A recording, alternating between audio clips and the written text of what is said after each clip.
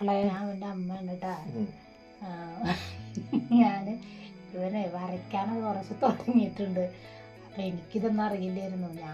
ഇവനിങ്ങനെ രാത്രി ഉറക്കം വരയ്ക്കണു, അതിനുള്ള ഓരോ ട്യൂണുകൾ ഇടണു. എനിക്കിതൊന്നും അറിയില്ല. എന്നിട്ട് പിന്നെ എന്താണ് യൂട്യൂബിലിട്ടു. എനിക്ക് സാധാ ഫോണാണ്, ഇവനാണ് ഈ മറ്റേ ഫോണ്. അപ്പോൾ എനിക്ക് കാണിച്ചു തരും ഇത് എത്ര ആൾക്കാർ കണ്ടു എന്നുള്ളതൊക്കെ. അപ്പോഴാണ് ഞാൻ ഇത്രയൊക്കെ ഇതായിട്ട് വരയ്ക്കാനറിയുമെന്ന് ഞാൻ തന്നെ അറിയണത് എന്നൊക്കെ പറഞ്ഞു. അപ്പോൾ ഞാൻ ഇപ്പോൾ കുറച്ച് നാളായിട്ട് വീട്ടിൽ ഇരിക്കുമ്പോൾ എൻ്റെ അടുത്ത് ഇവനാണ് ഇതിനെക്കുറിച്ചൊന്ന് സോറായിട്ട് പറയാനായിട്ട് അവന് ഭയങ്കര ഒരു മടി. അതുകൊണ്ടാണ് ഞാൻ പറയുന്നത്. പിന്നെ അമ്മ കിടന്നോ, ഞാൻ കിടക്കാന്ന് പറഞ്ഞാൽ ഞാൻ എപ്പോഴും കണ്ണു മേടിച്ച് നോക്കുമ്പോൾ ഇതെങ്ങനെ വരച്ചും കൊണ്ട് പാട്ട് കേൾക്കുന്നുണ്ടാവും, വരച്ചും കൊണ്ടിരിക്കുന്നുണ്ടാവും. അങ്ങനെ പറഞ്ഞാൽ വരച്ചും കൊണ്ടിരിക്കുന്നുണ്ടാവും. അപ്പം ഞാൻ എന്നിട്ട് രാവിലെ ചോദിക്കും, ഇതെന്താ ഇന്നലെ ഉറങ്ങിയില്ലേ? എനിക്ക് വരയ്ക്കണ്ടായിരുന്നു. അതിനകത്ത് ഞാൻ വരച്ച് കഴിഞ്ഞിട്ടാണ് ഞാൻ ഉറങ്ങിയത് എന്ന് പറഞ്ഞു. പിന്നെ നേരെ വിളിച്ചാൽ എനിക്കാനും നേരെ വൈകി. അപ്പോൾ അങ്ങനെ വരച്ച് പിന്നെ യൂട്യൂബിലൊക്കെ ഇട്ടപ്പോൾ എല്ലാവരും കണ്ടു.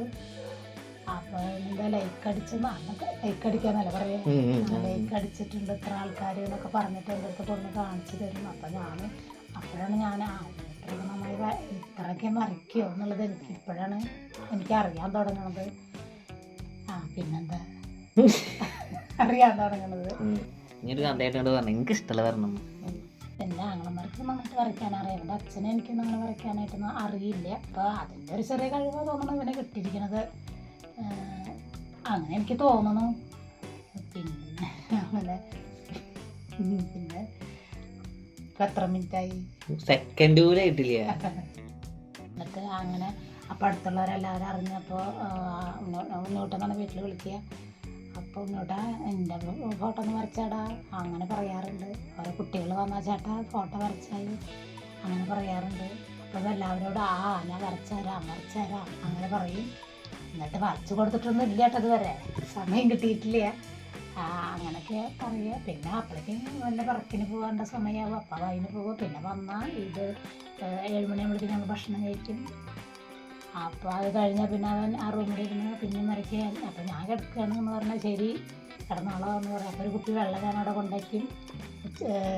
രാവിലെ ആകുമ്പോഴേക്കും ആ വെള്ളമൊക്കെ കുടിച്ച് തീർത്ത് ഒരു 9:30 ആവും. ഞാൻ പണിക്ക് പോകണതിൻ്റെ മുന്നേ, പണി ഉണ്ടാകുമ്പോൾ പണിക്ക് പോകണതിന് മുന്നേ അവനെ വിളിച്ച് അവനിക്കും. ജിമ്മിന് പോകാറുണ്ട്. ഇപ്പോൾ ജിമ്മിന് പോകണില്ല കേട്ടോ, കാരണം വരച്ചിട്ട് അവൻ നേരം വൈകിട്ട് ഉറങ്ങിയ കാരണം കൊണ്ട് അവൻ ജിമ്മിന് പോകാൻ സമയം കിട്ടുന്നില്ല. അപ്പോൾ അത് കാരണം വീട്ടിൽ തന്നെയാണ് എല്ലാം ചെയ്യണത്. ജിമ്മിൻ്റെ ഇതൊക്കെ ചെയ്യണത് വീട്ടിലാണ്. അങ്ങനെ അപ്പം ഞാൻ അത് കഴിഞ്ഞ് 9 മണിയൊക്കെ ആകുമ്പോഴേക്കും 8:30 ആകുമ്പോഴേക്കും ഞാൻ പണിക്ക് പോയി. പിന്നെ ഇപ്പം ഒരു 11 മണിയൊക്കെ ചിലപ്പോൾ 10:30 ആകുമ്പോഴേക്കും പോകും. അങ്ങനെയൊക്കെയാണ് ഞങ്ങളുടെ ജീവിതങ്ങൾ. അപ്പോൾ നമുക്ക് എല്ലാവർക്കും കൂടി ഇനി മുന്നോട്ട് പോവാം. എന്താ പറയുക, പിന്നെ ഒരു കാര്യം എന്താണെന്ന് വെച്ചിട്ടുണ്ടെങ്കിൽ എന്തൊരു സാധനം കണ്ടാലും അതിന് മുകളിൽ കൂടെ ചവിട്ടി കയറി നടക്കുക എന്നല്ലാതെ ഒന്ന് ഒതുക്കി വെക്കില്ല. എന്നാണ് എനിക്ക് ഒഴിവ് കിട്ടണത് അന്നാണ് അവൻ്റെ റൂമിലൊക്കെ അങ്ങോട്ട് കണ്ടു കഴിഞ്ഞാൽ എന്തെന്നാ പറയുക, അങ്ങനെയാണ്. അങ്ങനത്തെ ഒരു ബോധമൊന്നുമില്ല.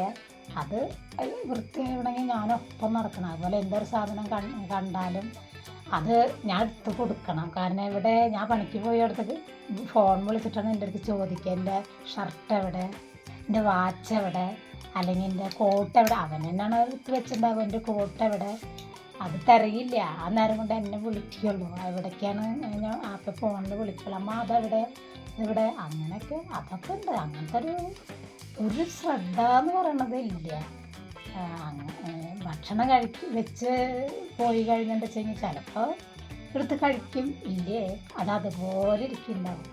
അങ്ങനെയൊക്കെയാണ് എൻ്റെ സ്വഭാവങ്ങൾ. അത് കണ്ടാൽ എനിക്ക് ചെറിയൊന്ന് കൊടുക്കാനും തോന്നും.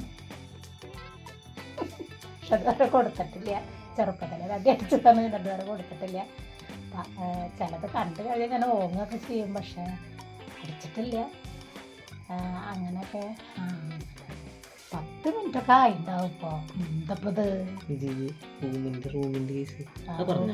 റൂമൊക്കെ ഞാൻ പറഞ്ഞു. ഇതിലൊരു 4 ആൾക്കാരിന് ഇപ്പോൾ വരയ്ക്കാനുണ്ട്. അപ്പോൾ നിങ്ങളിതിൽ സബ് അടിക്കട്ടാ.